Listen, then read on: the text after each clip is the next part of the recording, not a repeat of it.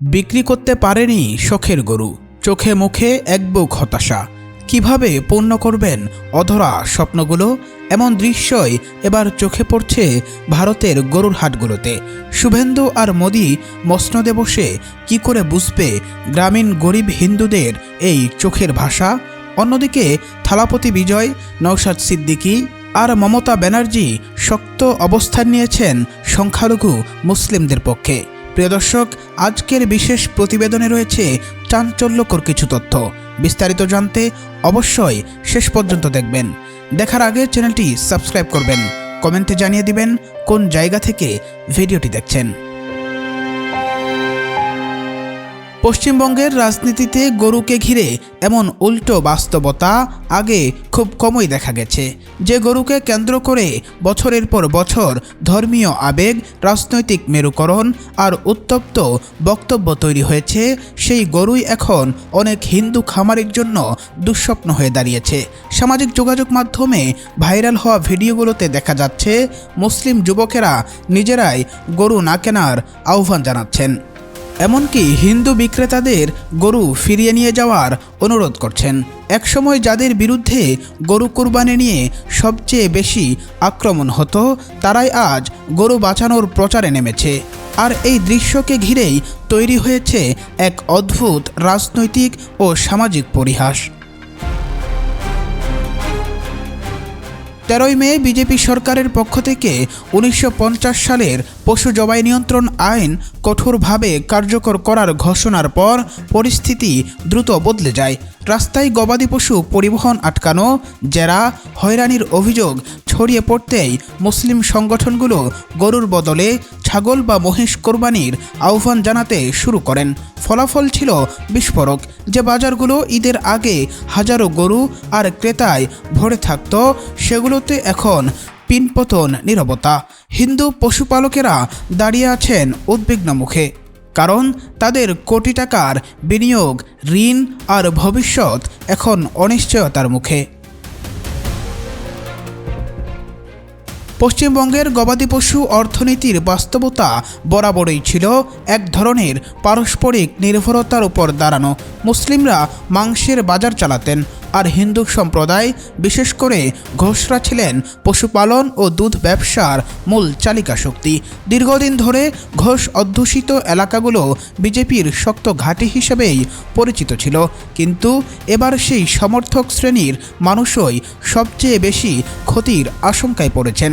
তারা বলছেন, গরু দুধ দেওয়া বন্ধ করার পর সেটিকে বছরের পর বছর বাঁচিয়ে রাখা প্রায় অসম্ভব। প্রতিদিনের খাবার, চিকিৎসা ও রক্ষণাবেক্ষণের খরচ মেটাতে গিয়ে অনেকে ইতিমধ্যে ঋণের চাপে ভেঙে পড়েছেন। এই সংকট শুধু ধর্মীয় নয়, বরং পুরো গ্রামীণ অর্থনীতির জন্য এক গভীর ধাক্কা হয়ে উঠেছে। পশুখাদ্য ব্যবসায়ী, পরিবহন শ্রমিক, ভেটেনারি ঔষধ সরবরাহকারী, চামড়া শিল্প, কসাইখানা, সব ক্ষেত্রেই এর প্রভাব পড়তে শুরু করেছে। অনেক দরিদ্র কৃষকের কাছে গরু ছিল চলমান ব্যাংক বা বিপদের সময় বিক্রি করার মতো একমাত্র সম্পদ। এখন সেই সম্পদই তাদের জন্য বোঝা হয়ে দাঁড়াচ্ছে। ফলে আতঙ্ক শুধু ব্যবসা হারানোর নয়, বরং টিকে থাকার প্রশ্নেও। রাজনৈতিক অঙ্গনেও এই ইস্যু নতুন বিভাজন তৈরি করেছে। বিজেপি বলছে তারা কেবল আইনের শাসন প্রতিষ্ঠা করছে, কিন্তু বিরোধীরা এটিকে বাস্তবতা বিবর্জিত সিদ্ধান্ত বলে আখ্যা দিচ্ছে।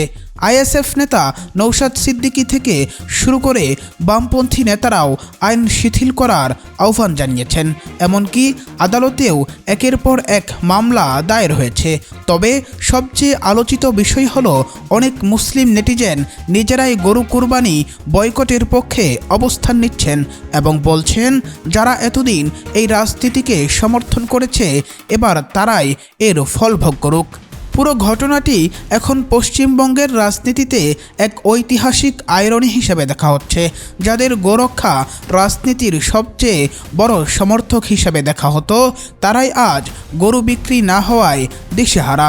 আর যাদের বিরুদ্ধে গরু কোরবানি নিয়ে সবচেয়ে বেশি প্রচারণা চালানো হতো, তাদের একাংশই এখন প্রকাশ্যে বলছে গরু কোরবানি না হলেও তারা রাজি। ধর্ম, রাজনীতি আর অর্থনীতির এই জটিল সংঘর্ষ পশ্চিমবঙ্গকে এমন এক বাস্তবতার সামনে দাঁড় করিয়েছে যেখানে গরু বাঁচানো আর মানুষ বাঁচানো দুটো বিষয় একে অপরের বিপরীতে দাঁড়িয়ে গেছে। বিশেষ করে পশ্চিমবঙ্গের রাজনৈতিক অঙ্গনে এখন যেন এক অদ্ভুত অস্থিরতা ঘনীভূত হচ্ছে। বিশেষ করে শুভেন্দু অধিকারী যেভাবে কুরবানি ও গরু ইস্যুকে ঘিরে ধারাবাহিকভাবে কঠোর অবস্থান নিচ্ছেন, তাতে সাধারণ মুসলিমদের মাঝেও ভয় আর অনিশ্চয়তা ছড়িয়ে পড়েছে। অনেকেই বলছেন, আগে যেখানে ঈদুল আজহা ছিল শুধুই ধর্মীয় আনন্দের উপলক্ষ, এখন সেখানে যুক্ত হয়েছে আতঙ্ক, দুশ্চিন্তা আর অজানা সংখ্যা। কারণ মানুষ জানেন, লক্ষ লক্ষ টাকা খরচ করে গরু কেনার পরও কোরবানির দিন হঠাৎ করে কোনো রাজনৈতিক উত্তেজনা, প্রশাসনিক তৎপরতা কিংবা উগ্রগোষ্ঠীর বাধার মুখে পড়তে হতে পারে। আর সেই ভয় থেকেই এবার অনেক পরিবার নীরবে পিছিয়ে যাচ্ছে। কেউ কম দামে পশু কিনছেন, আবার কেউ পুরো পরিকল্পনায় বদলে ফেলছেন। সবচেয়ে রহস্যময় বিষয় হলো, এই পরিস্থিতি শুধু ধর্মীয় উৎসবের সীমায় আটকে নেই, এর প্রভাব পড়ছে পুরো অর্থনীতির উপরেও। সীমান্ত ঘেঁষা বাজারগুলোতে আগের মতো গরুর ভিড় নেই। খামারিরা হতাশ মুখে পশুর রশি ধরে বসে আছেন, আর ক্রেতারাও দ্বিধাগ্রস্ত চোখে চারপাশে দেখছেন।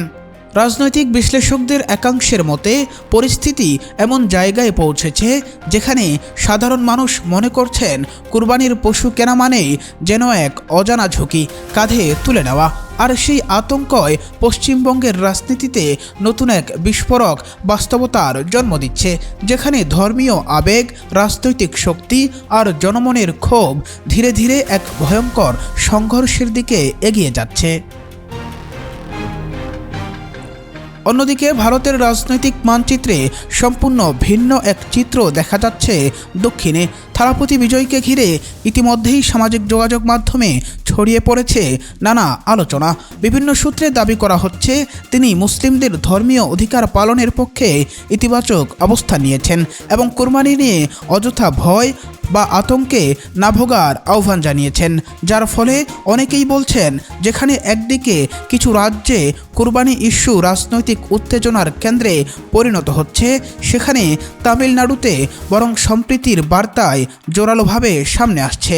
বিশেষ করে তরুণদের মধ্যে বিজয়ের এই অবস্থান নিয়ে ব্যাপক আলোচনা শুরু হয়েছে। কেউ একে সাহসী নেতৃত্ব বলছেন, আবার কেউ দেখছেন ভবিষ্যতের বড় রাজনৈতিক বার্তা হিসেবে। একই সঙ্গে পশ্চিমবঙ্গেও ভিন্ন সুর শোনা যাচ্ছে। মমতা ব্যানার্জি এবং নওশাদ সিদ্দিকী সহ একাধিক নেতা প্রকাশ্যে সংখ্যালঘুদের ধর্মীয় অধিকারের পক্ষে অবস্থান নিয়েছেন বলে রাজনৈতিক মহলে আলোচনা চলছে।